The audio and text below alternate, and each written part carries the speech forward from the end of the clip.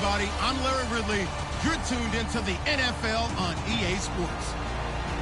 Tonight's matchup features two quarterbacks who will be trying to lead their team to victory. It's Smith's Chiefs going up against Ryan's Falcons. With that, let's send you to Atlanta now, where Brandon Gaudin and Charles Davis are on the call. Larry, we are just off of Centennial Olympic Park Drive at the home of the Falcons since 1992. It's the Georgia Dome here in downtown Atlanta. Straight ahead, we've got a good one on tap here between the Kansas City Chiefs and the Atlanta Falcons. That's fielded in the end zone. He can't bring him down. The weight room does work. And he'll take it back to about the 19-yard line.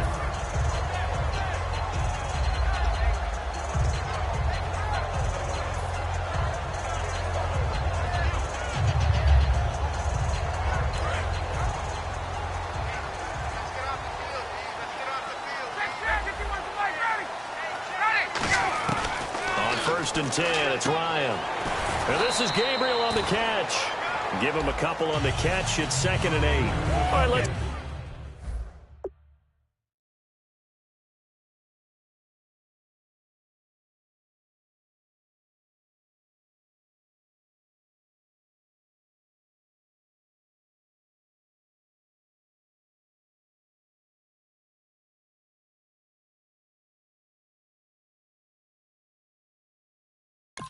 Let's look at the offense. Devontae Freeman, this is a guy that you wanted to talk about, so take it away. Brandon, have you seen a running back play with such joy as well as such fury?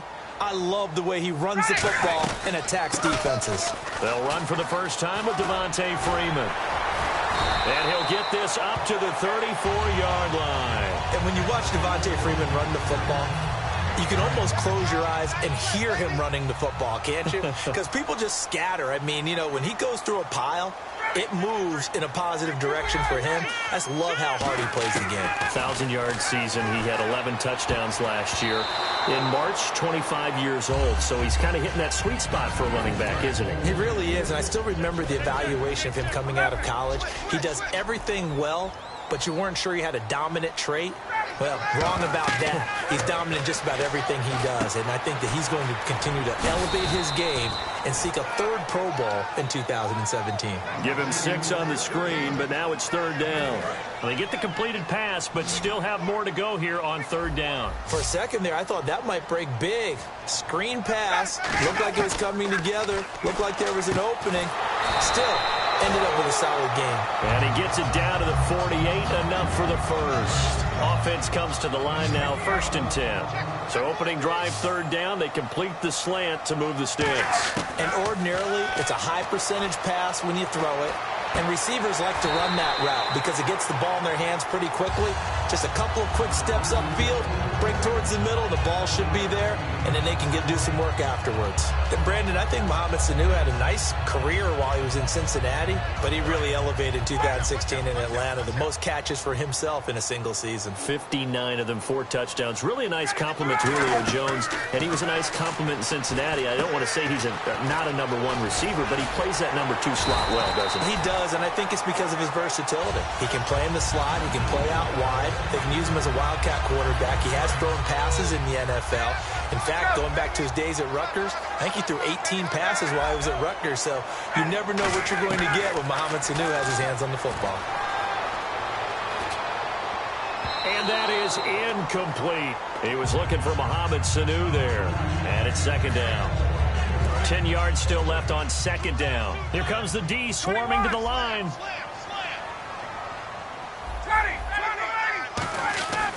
Again on 2nd and 10, it's Ryan.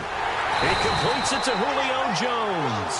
Over 1,400 yards last year for Jones. Just 6 touchdowns, but, you know, of course, he had the big 300-yard game.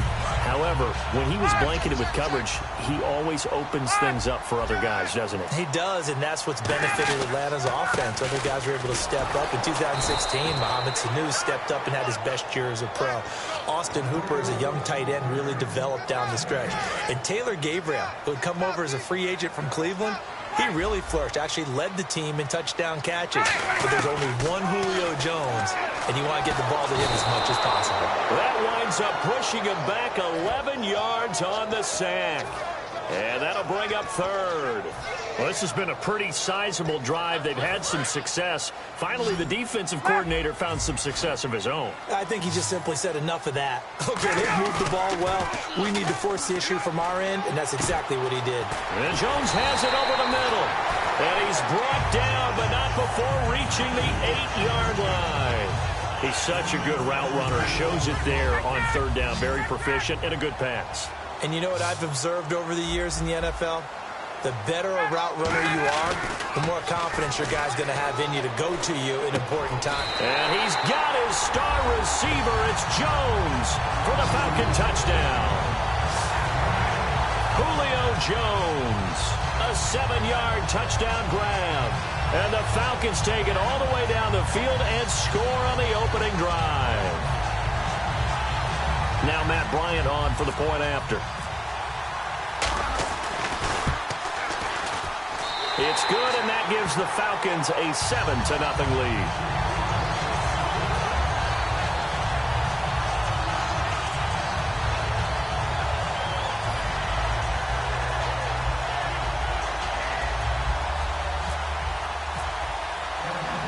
Now after the touchdown, it's Bosher to kick it away. That'll be taken in the end zone. And he'll take it back to about the 19-yard line.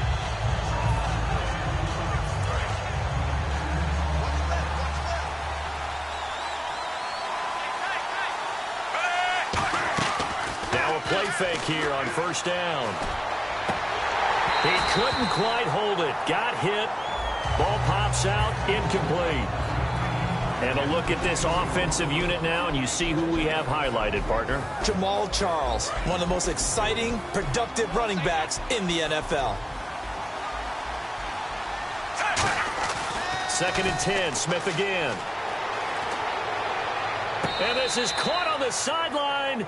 But no, they'll say out of bounds. He caught it, but was not in bounds. Incomplete. Here's a look at the young Atlanta Falcons, although next year, obviously, everyone will be a year older. So rookies like Deion Jones, Keanu Neal, Devondre Campbell, an extra year. Well, their only year, but a year under their belt now to get better. They're just young and growing, aren't they? I mean, I expect their play to continue to accelerate and elevate. And think about the building blocks they had in front of them. Second-year guys in 2016 who had big years.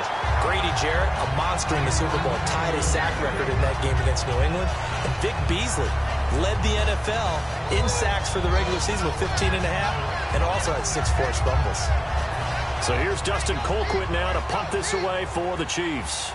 Back deep, Taylor Gabriel.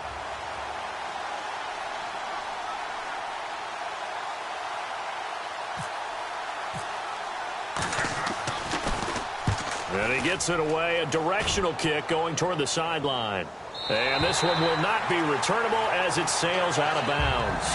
Atlanta now coming out on the field. And that last drive, a long drive, but not just that. They had a great air attack going. Do they stick with that? I would think that they would, because if they were confident enough to do it on the last drive, starting backed up in their own territory, why would you change anything? They've got to be confident about what they're presenting and continue to do so. Yeah, because the secondary, they really look clueless. And that was amazing because that drive went and went, no adjustments, and no big plays by the defense to knock the ball away. I know the initial focus was on how far that pass was downfield, but how about the coverage on the play?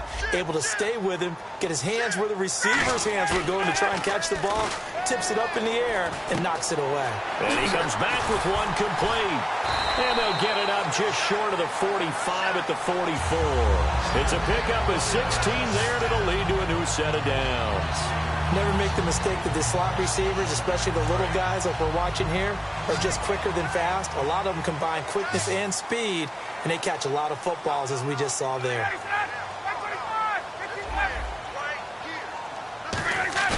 They go play action here on first down.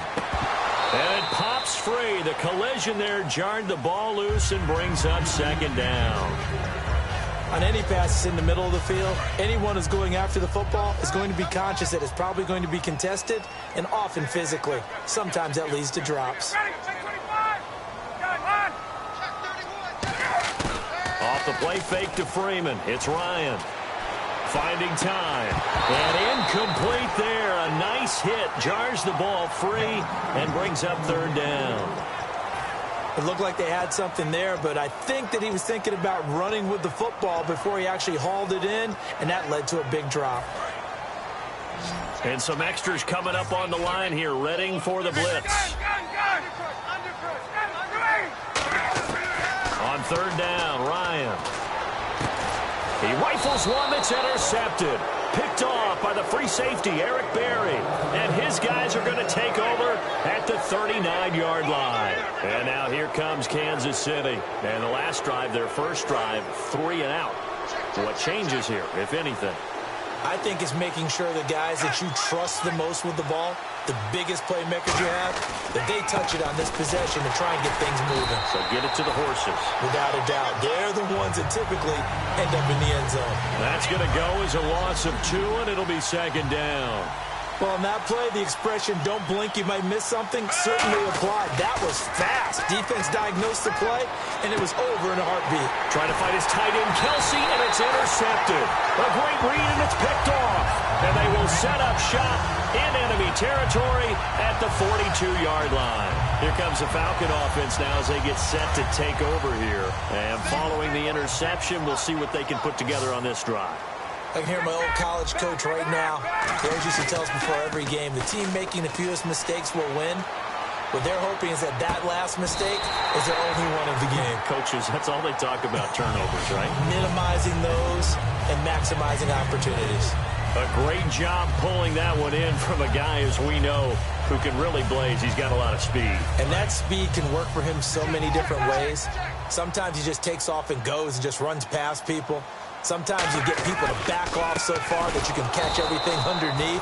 But still, at some point in the game, you're probably going to have to make some contested catches, right? Sometimes you have to go up and beat a defender for the football. He has that in his arsenal as well. Showed it right there. On second down, here's Ryan. They'll set up the screen for Freeman. Give him 6 on the screen, but now it's third down. And a nice gain and a broken tackle along the way, and really we shouldn't be surprised, should we? That's what runners do, especially the best ones. They break tackles and gain extra yardage. From the gun on third down, Ryan. And he's got his man in stride, complete. Alongside Charles Davis, Brandon Gaudin, it's the Falcons in possession to begin quarter number 2, and they've got it here with a first down.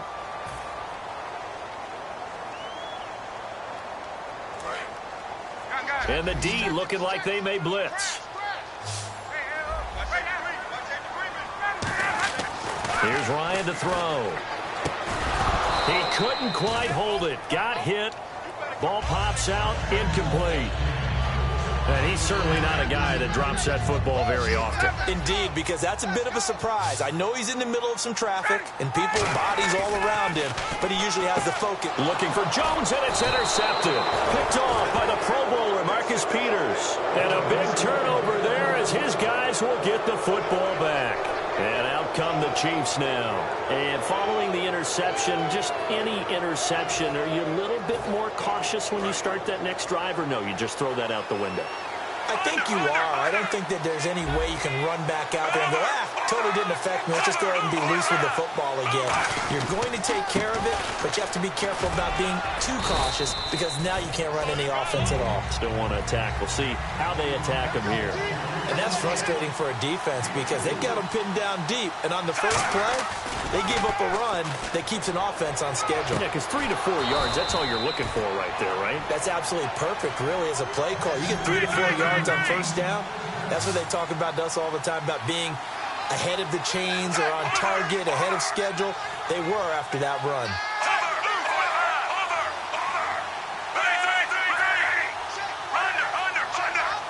They come out here in the eye. On first down, Smith.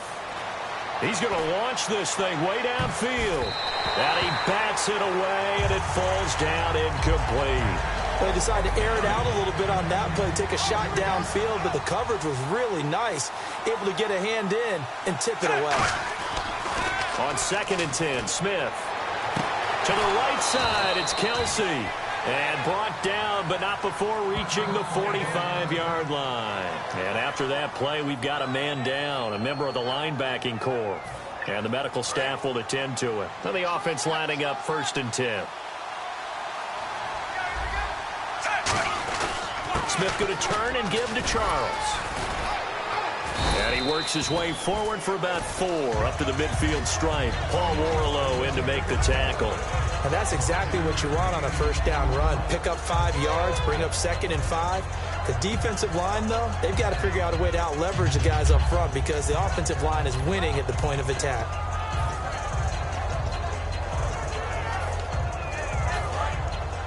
And the D-line pinching together must be expecting the run. From the 50, it's Smith. And the hit jarred it loose. It's incomplete. Even in today's NFL, when we think of the tight end position now as really a glorified wide receiver, we're still asking a lot of those guys. They have to block as well. And every now and then, they don't come down with the football.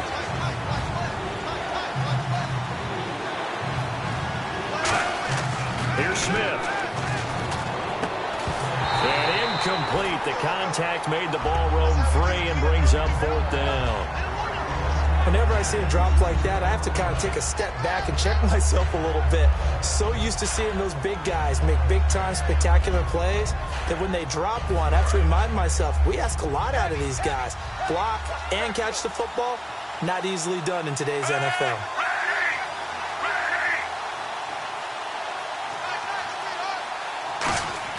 Here we go on 4th. Smith. And this is caught. He hits Macklin. And he's going to have the first down, yardage to the 35. And that's a big pickup of a first down. And you know that all week, both sides of the ball, offense and defense, are going through every situation. And in this case, the offensive guys had the right play dialed up because defensively, you work on 4th down situations as well. And deflating for the defense. They can't get the stop here. 2nd down now after the pass completion. Smith throwing again. And he can't hang on. That's definitely going to be one he wishes he had back. Incomplete in the end zone. After all the preparation, all the practice, a play like that will absolutely break your heart. They had everything they wanted, just unable to complete it. In the end zone, a big-time drop. Short yardage situation. Here's Charles. And he gets the first down here as he's taken down at the 24. I don't know about you, but that almost felt like old-time football there. 3rd and 2 is not necessarily just a running down anymore. A lot of times they want to throw the ball. They went back to the roots and powered forward and got the first down. And nearly picked it off. He had a chance to come down with that in the end zone, but it'll wind up just being incomplete. Not only did they drop what looked like an interception in the end zone, they blew a golden opportunity to shift the momentum.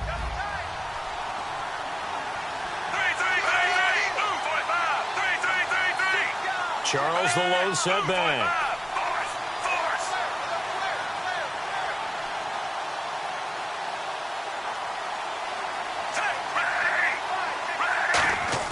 Play fake for Charles. Now Smith. He's going to let it go deep for the end zone. So the long attempt falls innocently to the ground, and it brings up 3rd. Tremendous field position there and a perfect time to do exactly what they did. Take a shot at the end zone. And they went for the big play, just unable to complete it. They come out here in the eye. Throwing on 3rd down, Smith. And that's incomplete. The veteran Jeremy Macklin was the intended target, and it's 4th down. Now, they've got to be a little frustrated here to not complete that on 3rd down after having such a long drive going. Hey, you're talking about going over 70 yards on the drive. Yeah, did you say a little frustrated? Very frustrated. Yeah, I'm with you on that. I'm very frustrated. There's no doubt about it. They thought they were going to have a chance to cash in the end zone. Now it looks like it's likely a field goal attempt. So it's an empty trip downfield there as they get a missed field goal on 4th down. And I didn't see anything in the setup. It's a good snap, good hold. Yep. He just pushed it, and that one never wanted to come back. They go back to the air here after the INT. Looking deep downfield. This is caught inside the 15. Touchdown.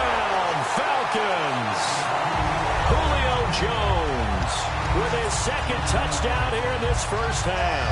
And the Falcons are able to show off their quick strike ability. Bryant now to tack on the extra point. And it's good to make it 14-0.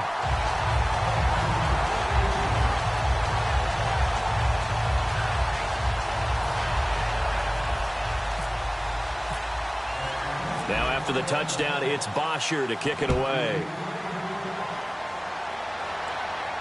That'll be taken in the end zone. And he'll bring it a few past the 20 to the 23-yard line. And now here comes Kansas City. And they had compiled a pretty long drive last time. Unfortunately, though, it ended with no points after the missed field goal. And that can hurt the psyche of a team because as they drove downfield, you know you're never supposed to count points in your mind until they go up on the board. Well, let's face it, we've been there. We've seen teams before. They were counting on those points. They didn't get them. Can they come back now, start over again, and grind it out? Let's see what the offense comes with here. 2nd and 8. Here's Smith. He's going to go for a big play downfield. Now that'll be tipped and intercepted. Picked off by Kamal Ishmael. And to the 40-yard line, that's where the return stops. Atlanta now coming out on the field. And following that long touchdown pass, a one-play drive last time, see if the defense, you know they're ready. They don't want that to happen again. And you would have thought they would have been ready the last time. That's what you work on all the time. Make sure that no one gets behind you. That's the cardinal sin of defense, not giving up the long pass. They did. Let's see how they adjust. And that one falls incomplete. Looked like he might have had position there, but he couldn't hold on and it's 2nd down. And when all else fails as a defender, when you're not there in the coverage, your best friend is exactly what we saw there. A big play shot taken by the offense. Unfortunately, it ended in a big drop. Freeman, the lone man in the backfield. Ryan now off the bootleg.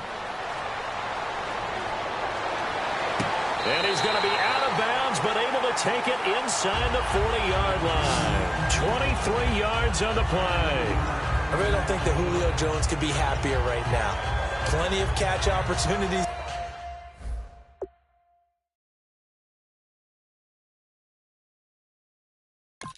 In this game, he's converted them, and his team's winning. And Matt Ryan's happy, too, to have Julio Jones on the other side of these. Yeah, you know, a lot of times we talk about breaking teams down, and oftentimes just through a running game. These two, they can break a team down through the air. They go play action here on 1st down. Caught on the right side by Jones. And brought down, but not before they're inside the 25.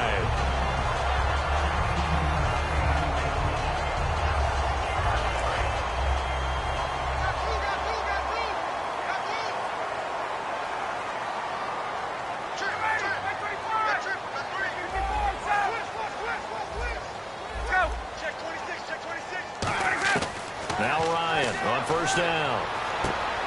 And for the 3rd time here in this half, it's intercepted. Picked off by the free safety, Eric Berry. And the Chiefs now getting set to go. And that's now the 2nd time he's picked off a pass here in the first half alone. Again, another great read defensively. And you just see him get in the right position to make the play and get his guys the football back. Trying to shake off the interception. He'll look to throw. Jeremy Maclin, the intended receiver. That'll bring up 2nd down. You know it's not an easy job to go out and catch passes when people are trying to tackle you and knock the ball away. But the bottom line is, that's a pass he's got to have and a pass he should have caught. On 2nd and 10, Smith. And incomplete there. A nice hit. Jars the ball free and brings up 3rd down.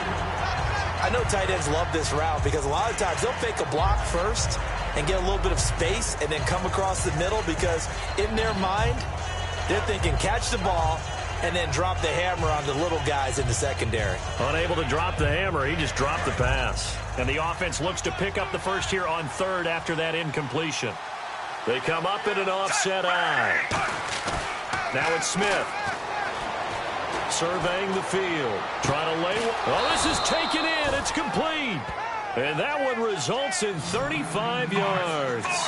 Well, we know he's got the speed there. He needed the speed and the hands. A great catch. And because of that speed, you have to respect it as a defender. So you have to either play off or make sure you're somehow in contact with him. And he's able to do exactly what you said. Use the speed to his advantage and go up and get the football. That's a big-time play right there.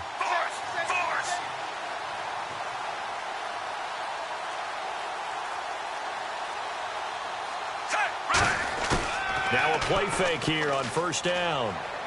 Backing up. He's going to let it go again. And for the third time here in this half, it's intercepted. Picked off by Kamal Ishmael.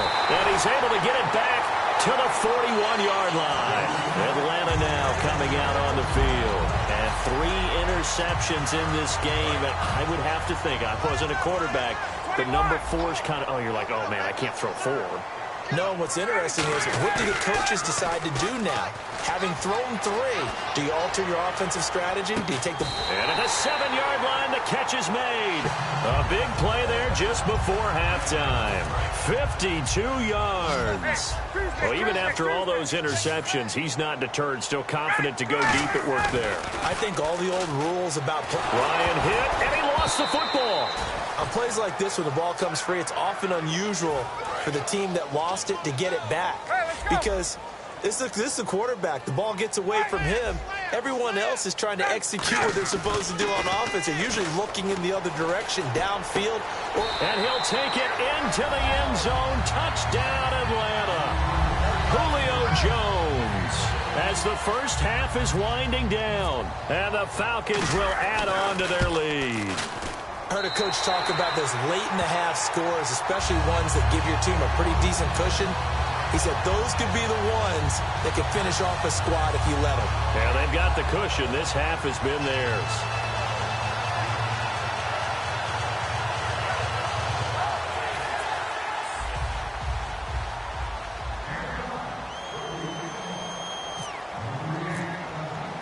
Now after the touchdown, it's Bosher to kick it away. That's fielded in the end zone. And not wanting to risk anything here late in the half, he'll just take a knee, and they'll bring the football out to the 25. Now the Chiefs offense, they get ready to head on the field. And with time quickly fading here in the second quarter, not sure how aggressively, offensively they want to play this. I think we'll find out just how much they trust their guys in this situation if they decide to take a shot. Trying to shake off, and he'll be grabbed from behind and slung down like a rag doll. Grady Jarrett coming up the middle, gets him there for a loss of about 9.